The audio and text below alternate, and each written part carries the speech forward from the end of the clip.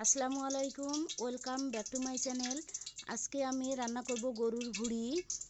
তো আমি গরুর ভুঁড়িটাকে এরকম করে পিস করে কেটে নিয়েছি।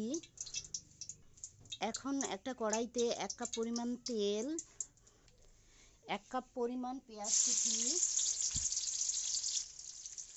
ব্রাউন কালার করে ভেজে নেব। 1 চা চামচ জিরা বাটা, 1 চা চামচ লবণ, 4 টেবিল পেঁয়াজ বেরেস্তা,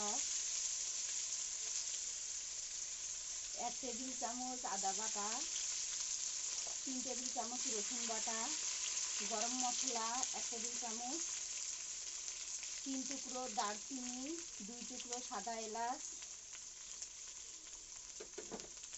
1 টেবিল চামচ মরিচের গুঁড়ো। এখন আমি মশলাটা কষিয়ে নেব। এখন 3টে তেজপাতা দিলাম, 4টা কাঁচামরিচ দিলাম। আমার হয়ে গেছে, আমি এখানে একটু পানি দিয়ে দেব।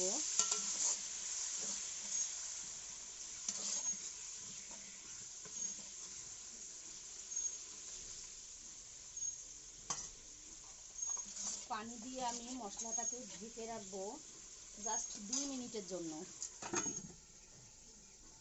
তো আমার মশলা কষানো হয়ে গেছে, এরকম তেল বাইর হবে মশলা দিয়ে। এখন আমি এখানে 1 কেজি পরিমাণ গরুর ভুঁড়ি নিয়েছি, এখানে দিয়ে দেব।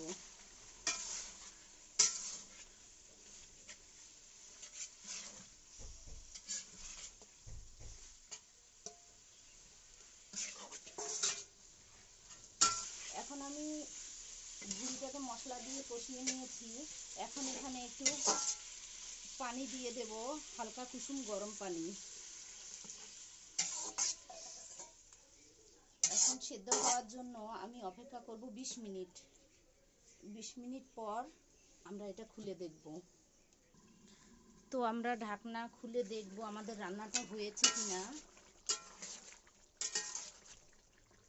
আমাদের রান্না হয়ে গেছে। তো আপনারা যারা আমার চ্যানেলটাকে পছন্দ করেন তারা অবশ্যই লাইক, কমেন্ট, সাবস্ক্রাইব করে দিবেন। তো আজকের মতো এই পর্যন্তই। আল্লাহ হাফেজ। তো আমার রান্নাটা কেমন হয়েছে আপনারা অবশ্যই কমেন্টে জানিয়ে দেবেন।